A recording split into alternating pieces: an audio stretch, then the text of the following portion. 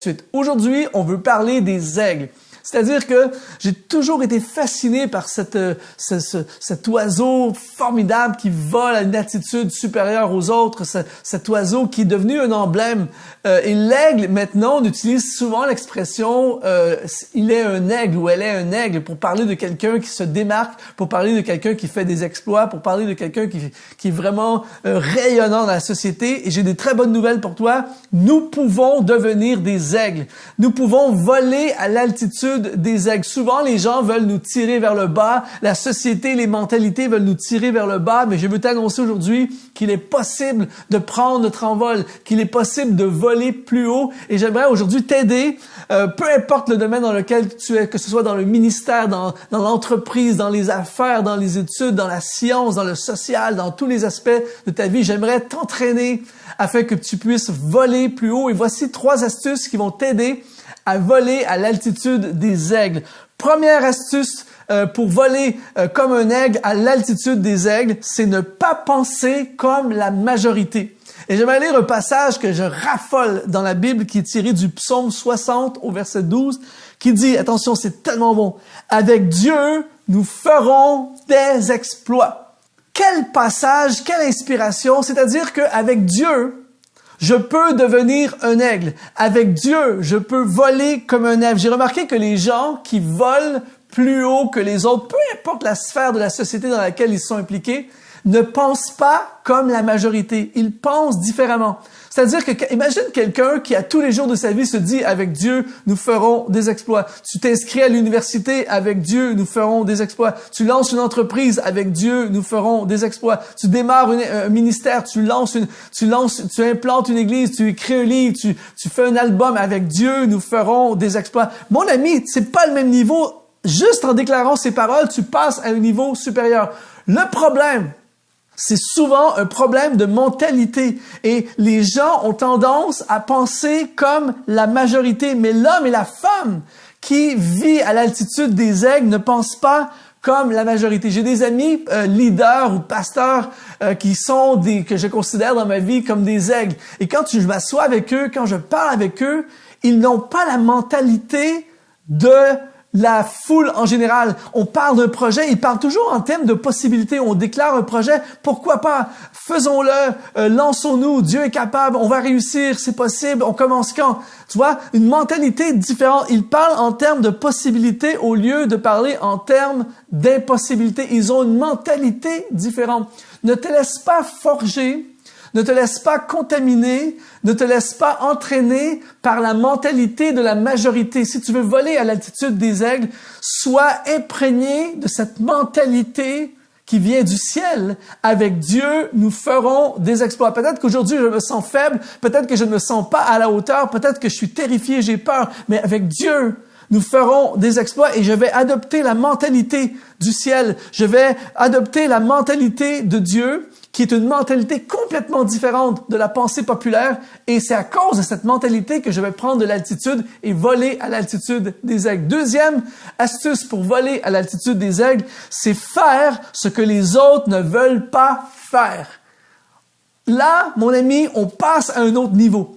On a un très bel exemple dans la Bible. On pense à David et Goliath. On connaît tous l'histoire de David et Goliath. Mais ce qui est intéressant, c'est que pendant 40 jours, regardez bien, une mentalité différente. Beaucoup de gens vont dire qu'il y a eu 40 jours de menaces. C'est-à-dire que pendant 40 jours, Goliath venait le matin et le soir et il menaçait le peuple d'Israël. Certains vont dire 40 jours de menaces. Mais si tu as une mentalité différente, une mentalité de Dieu comme David, tu pourrais dire à la place 40 jours d'opportunité. C'est-à-dire que pendant 40 jours, n'importe quel soldat du peuple d'Israël, incluant le roi lui-même, Saül, aurait pu devenir l'aigle du pays en allant se battre contre ce géant, en allant affronter ce géant. Mais personne ne voulait le faire. 2 fois par jour, il menaçait, il humiliait le peuple. Personne ne voulait aller se battre contre lui. Tout à coup, David arrive. Il est le seul parmi une armée au complet.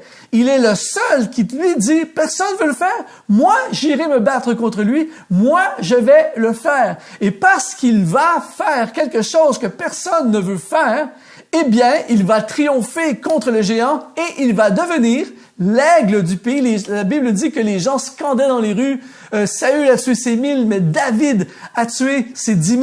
L'aigle prend son envol. Il n'a pas fait quelque chose de très, très spectaculaire. Il a simplement fait ce que les autres ne voulaient pas faire. Mon ami, si tu es prêt à faire ce que les autres ne veulent pas faire dans ton emploi, dans ton travail, dans l'entreprise où tu es, dans ton milieu, dans ton église, dans ta société, si tu es prêt à faire ce que les autres ne sont pas capables ou ne veulent pas faire, tu vas te démarquer, tu vas prendre de l'altitude.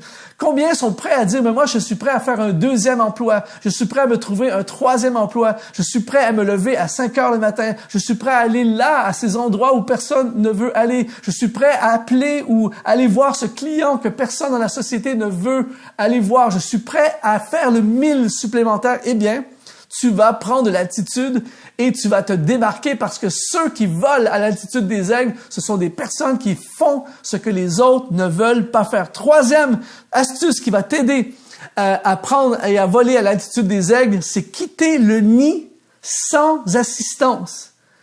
C'est-à-dire que la maman aigle fait un truc de fou. Elle prend le bébé aigle et c'est fou, elle le prend et le lance dans le vide. Quelle mère ferait un truc aussi risqué?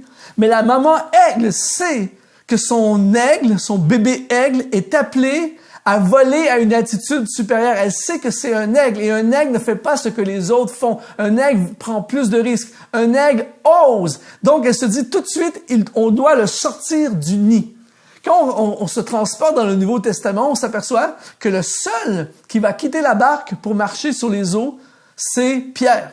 Pierre a pris une altitude supérieure. Il est allé en plus haute altitude parce qu'il a fait quelque chose que les autres n'ont pas fait. Il a quitté la barque. Il est le seul parmi les 12 à s'être lancé dans le vide, si on peut utiliser l'expression. Et j'ai remarqué que les hommes et les femmes que l'on appelle des aigles, que ce soit dans le ministère, que ce soit dans les affaires, dans l'entrepreneuriat, que ce soit dans la science, que ce soit dans les œuvres sociales, dans tous les domaines de la société, ce sont des gens qui, à un moment donné, acceptent de quitter le nid sans assistance. Ils osent quitter un emploi sécuritaire pour entrer dans leur destinée. Ils osent prendre des risques financiers. Ils osent faire quelque chose de fou dont il n'y a pas nécessairement une sécurité assurée à la fin. Ils osent faire quelque chose qui n'a jamais été fait avant. Ils osent sortir des sentiers battus et risquer. Si tu es prêt, mon ami, aujourd'hui, à penser différemment de la majorité, si tu es prêt à faire ce que les autres ne veulent pas faire et si tu es prêt à quitter le nid sans assistance, eh bien, tu vas voler à l'altitude des aigles.